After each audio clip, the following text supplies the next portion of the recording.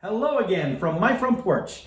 Today I want to share with you a little story about something that happened to me over the weekend. I was visiting with my Uncle Jim, and my Uncle Jim, when I was little, when I was a little infant, my Uncle Jim was quite, well, even growing up beyond infancy, he was quite influential on me because he was the tough guy uncle. He was the one that when everybody else would be like, oh, Paul, you need to be safe, you need to behave. He was the one that was always like, oh, come and do this with me, come and let's take the risk and do, come ride the motorcycle with me and doing this kind of stuff. So he was the one that was the risk taker.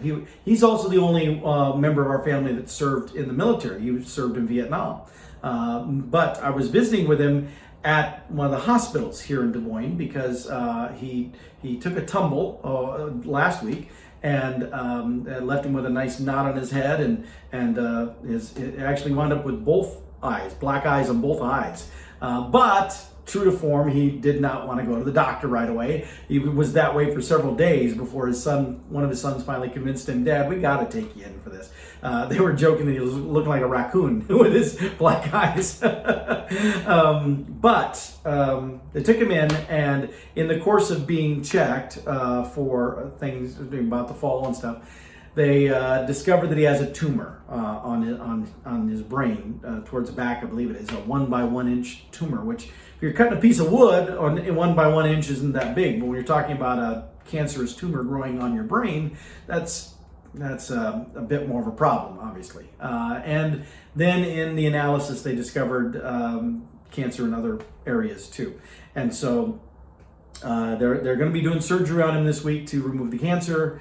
And then they're talking about other treatments they'll be able to do, the brain cancer to remove the tumor, I should say. And then they'll be talking about other treatments they can do to address the other cancer, but they're not talking cure. They're talking about extending life, and they're giving him a window of 6 months to 3 years. And the longer period depended totally on how the procedures would go, how the treatments would go. Now, you'd think that some people would get that news, they'd be like, oh, I'm so... But not my Uncle Jim. I had the chance to sit with him for quite a while. We had good conversation, but one thing that struck me was just how at peace he is with the whole thing. That he said things like, this is what happens. Everybody dies. I've lived a pretty good life, and it's just my number's up.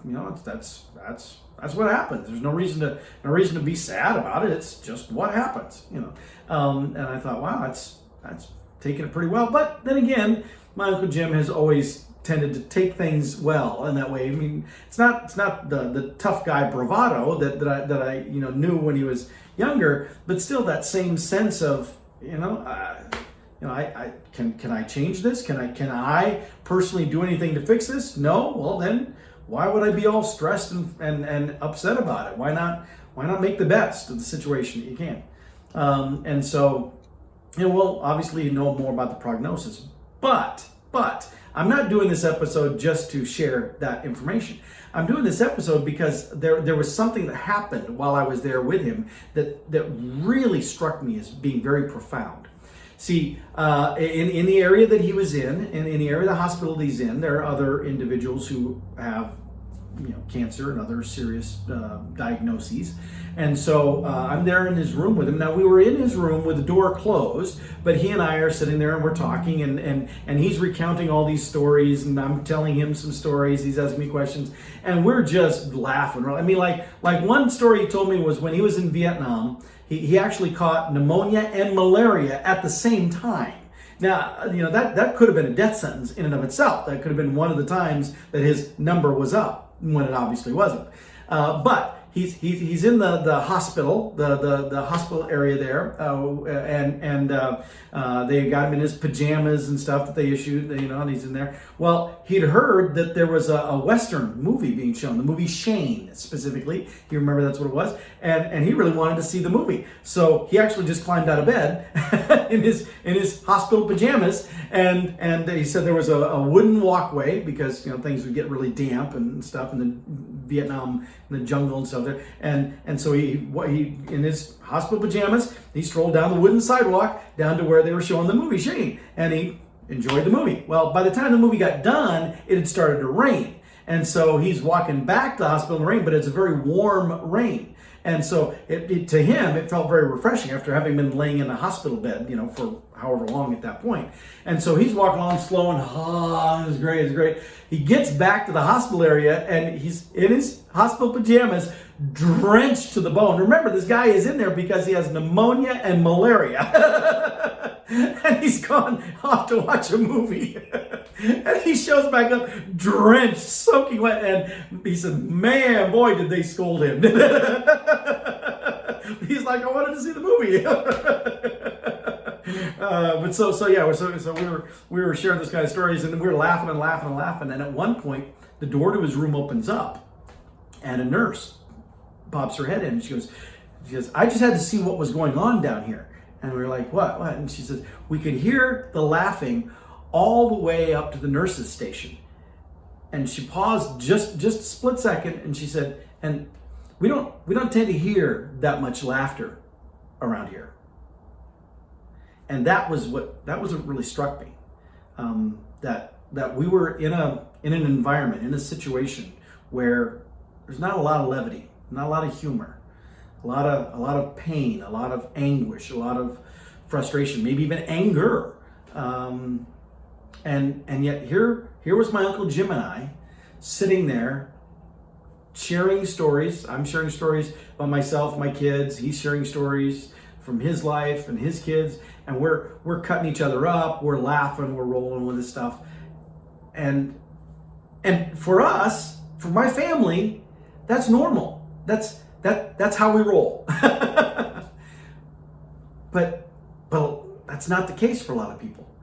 And I was struck profoundly by two things from that. Number one, how thankful I am for the family that I'm part of, that I was raised in the way that I was, that I'm able to utilize humor to alleviate stress and to deal with things, cope with things, not taking them lightly, not making jokes about stuff and then blowing it off, but just using a little bit of humor as a pressure valve, release some tension, kind of thing. Now, of course, you can't be around people who don't like to do that because that just makes them more frustrated. But still, I appreciate that. It gave me the insight of that. But then I also thought, really, he's been given a death sentence. Honestly, they're saying at the most he has 3 years, but on the short end, he may only have months, 6 months. And a lot of variables depend on where he might be on that gamut in between. But here's a guy who is not sitting there and being all sad about it and woe is me. He's still embracing life. He's still finding humor in things. My mom had been there to visit him prior to that, on a previous day while I was in Chicago. And she's dyed her hair. She got her hair colored a real fiery red color. I haven't even seen her in person. I just saw the pictures, and it's red. It's very red, which is not what she's traditionally ever done.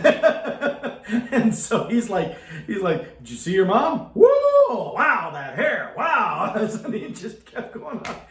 But again, here's a guy who he's at peace with his mortality. And he's still finding the way to laugh, the way to smile. And I thought, that's really important for all of us to learn. That was a great life lesson, ironically. And I wanted to pass it on to all of you too. Life does get hard, life does get tough, no question about that. But you know what? Sometimes the best way to approach it is with a smile and a laugh. The sound of laughter can really stand out. And with that, I'll see y'all next time from my front porch.